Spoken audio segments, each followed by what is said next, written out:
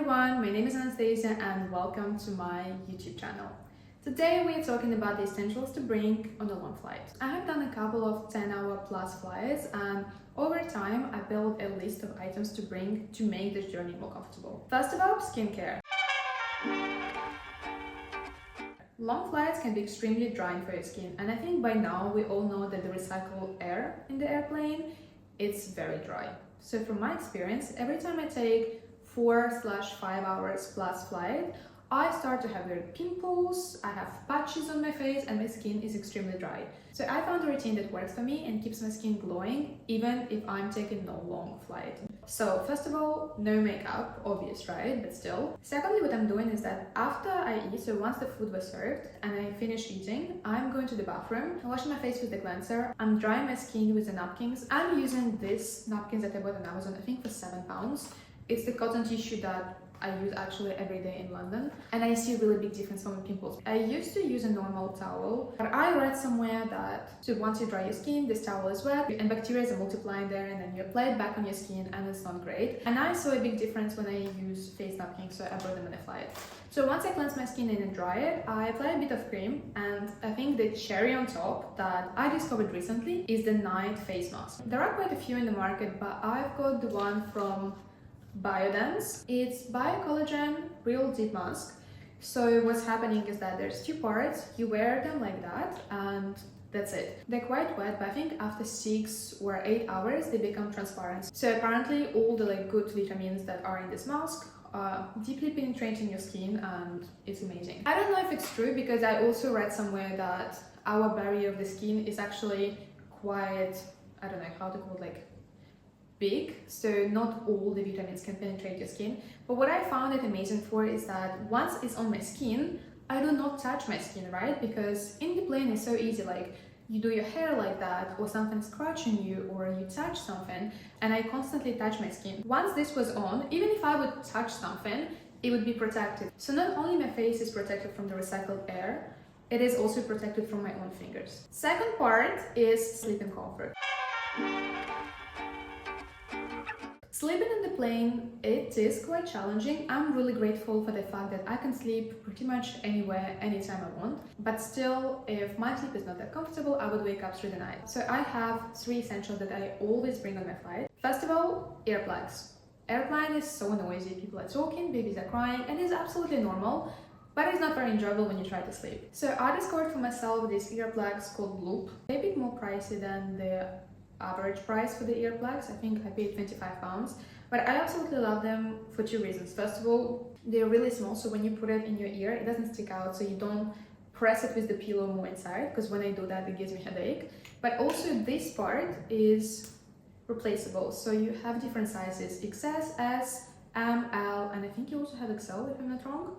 And I'm using S, and it's amazing for my ears, because when it's too big, doesn't enter, too small, falls. So you can really adjust it to your ears, and I absolutely love that. Second thing is the light. We can't control the light in the airplane. Sometimes they switch it on, sometimes they switch it off. Someone can read next to you and use this little light on top. You can't control it, but you can still wear an eye mask and sleep peacefully. So I'm using this one. I bought it on Amazon again. I think it was like £5 or £10. What I like is that there's a little part for my eyelashes, so I don't squeeze them in. So basically what I'm doing is that I'm wearing my Bioderma mask, I'm wearing this on top, I'm putting my earplugs, and the last part is that sometimes on the plane it's actually quite cold. They put the air conditioning thing, or I don't know what it's called, and I can be freezing. So I discovered for myself that actually balaclava that I'm wearing in London when it's so windy is a perfect setup for my sleeping procedures. I've got this one from Cider. I think it was again £5 or £6, and it's actually amazing because what I'm doing is that, again, remember, I have my Bioderma mask, I have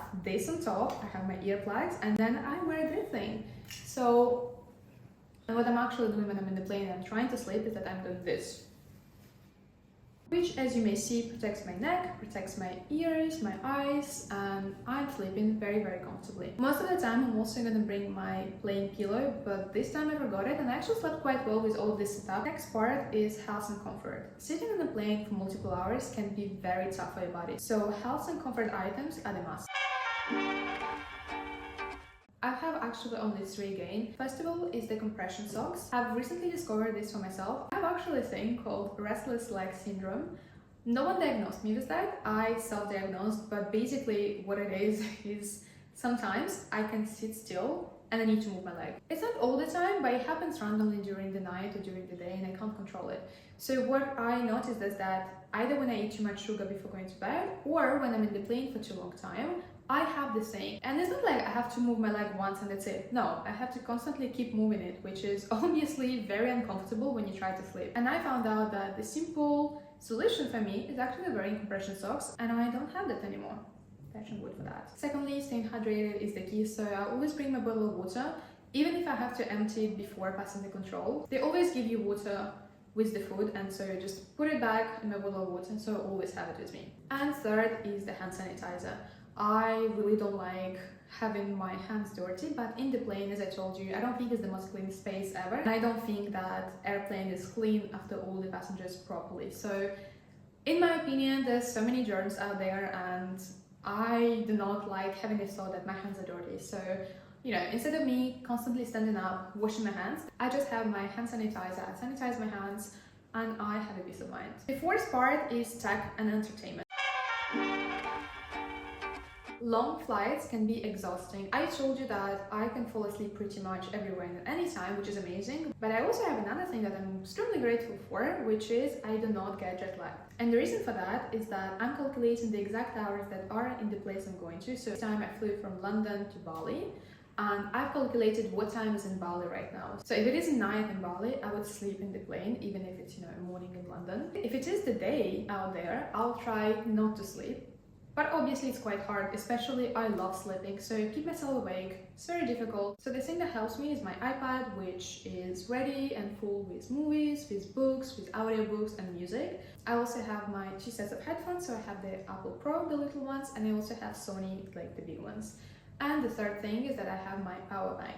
I bought it on Amazon. I think I bought it for £25, maybe even less. What I love about it is, first of all, I can charge the phone up to 3 times. Secondly, the cables are already inside the power bank, so I don't have to bring a power bank and the cable. And secondly, there's 2 cables. So the first one I have is for the old iPhone, so below 15, and the second one is for the new iPhones, 15 plus. The last part is layering and comfort.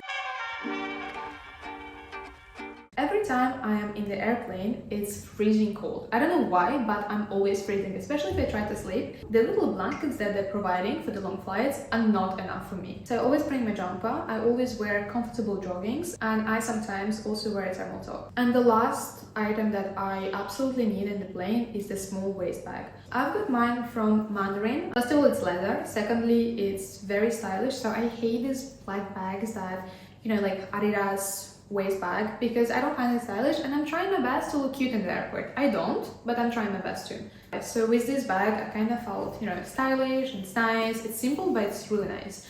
Comfortable, very nice to put it like that.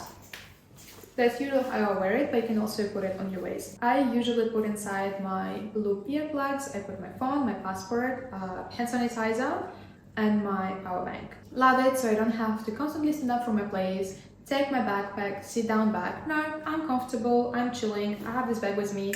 I have the thing, you know, I'm not scared of flying, but also I'm in the plane. I'm in the middle of the air, and I still don't understand how it's possible to fly such a huge piece of metal. So every time I'm like, well, if it do crash and I survive, I have my documents with me. And that's it. These are my absolute must-have items to survive a long flight with the comfort and style.